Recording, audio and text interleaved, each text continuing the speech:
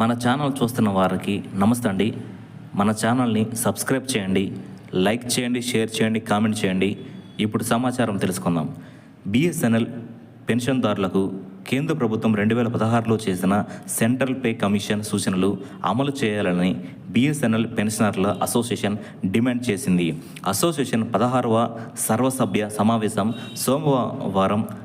సోమవారం స్థానిక రఘురామ వేదిక వద్ద నిర్వహించారు. 80 ఏళ్ల పైబడిన వారంతా ఆత్మీయంగా కలుసుకున్నారు. 80 ఏళ్లు పైబడిన 75 మందిని సత్కరించారు.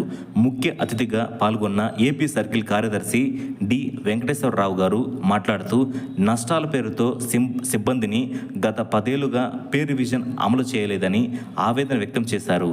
సీనియర్ నాయకులు ఎంఆర్ఎస్ ప్రకాష్ రావు గారు, కె పూర్ణచంద్రరావు గారు, చోరగుడి భాస్కర్రావు గారు, జి శివనాగేశ్వరరావు గారు, డి దుర్గారావు గారు పాల్గొన్నారు.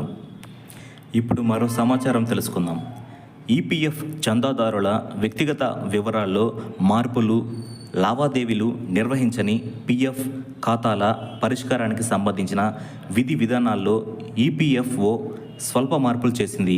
ఖాతాదారు తండ్రి, తల్లి, జీవిత భాగస్వామి పేర్లలో తప్పులు దొర్లితే జాయింట్ డిక్లరేషన్ ద్వారా సవరణలకు అవకాశం కల్పించింది. పేరులో 2 అక్షరాలకు మించి సవరణ చేయాల్సి ఉంటే గతంలో పెద్ద మార్పుగా పరిగణించేవారు. ఇప్పుడు ఆ పరిమితిని 3 అక్షరాలకు కుదించారు.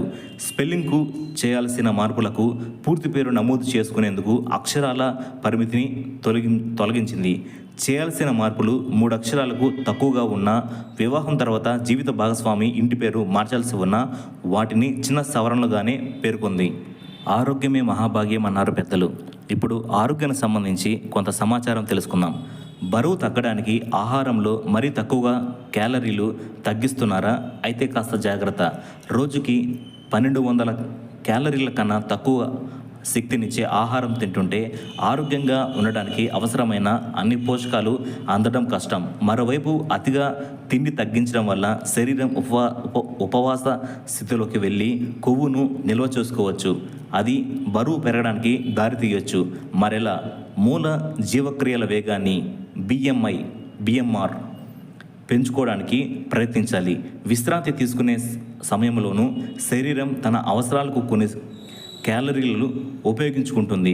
దీన్నే మూల జీవక్రియల వేగం అంటారు. వ్యాయామం చేస్తే ఇంకాస్త ఎక్కువ క్యాలరీలు ఖర్చు అవుతాయి. ఆహారాన్ని మరీ ఎక్కువగా తగ్గించుకోవాల్సిన అవసరం ఉండదు. పైగా వ్యాయామంతో కండరాలు పుంజుకోవడం వల్ల ఇంకాస్త ఎక్కువ క్యాలరీలు ఖర్చు అవుతాయి. కొన్నిసార్లు మనం వాడే ఫోన్లు హ్యాంగ్ అవుతుంటాయి. అలా హ్యాంగ్ అయ్యే ఫోన్లకి ఇప్పుడు సొల్యూషన్ తెలుసుకుందాం. స్టోరేజ్ ఫుల్ అయితే ఫోన్ హ్యాంగ్ అవుతుంది. అందుకే అవసరం లేని మెసేజ్లు, వీడియోలు, ఫోటోలు, యాప్లు డిలీట్ చేయండి. యాప్లు నిక్షిప్తం చేసుకునే క్యాష్ క్లియర్ చేయాల్సిందే. సాఫ్ట్వేర్ను అప్డేట్ చేసుకుంటుంటే ఫోన్ వేగం పెరుగుతుంది. హోమ్ స్క్రీన్పై ఉండే విడ్జెట్లను తొలగించాలి. వైరస్ డిటెక్షన్ యాప్స్ ఇన్స్టాల్ చేసుకోవాలి. హ్యాంగ్ అవుతున్నప్పుడు రీస్టార్ట్ చేస్తే అప్లికేషన్స్ రీసెట్ అవుతాయి. అప్పుడు మన ఫోన్లు బాగా పనిచేస్తాయి.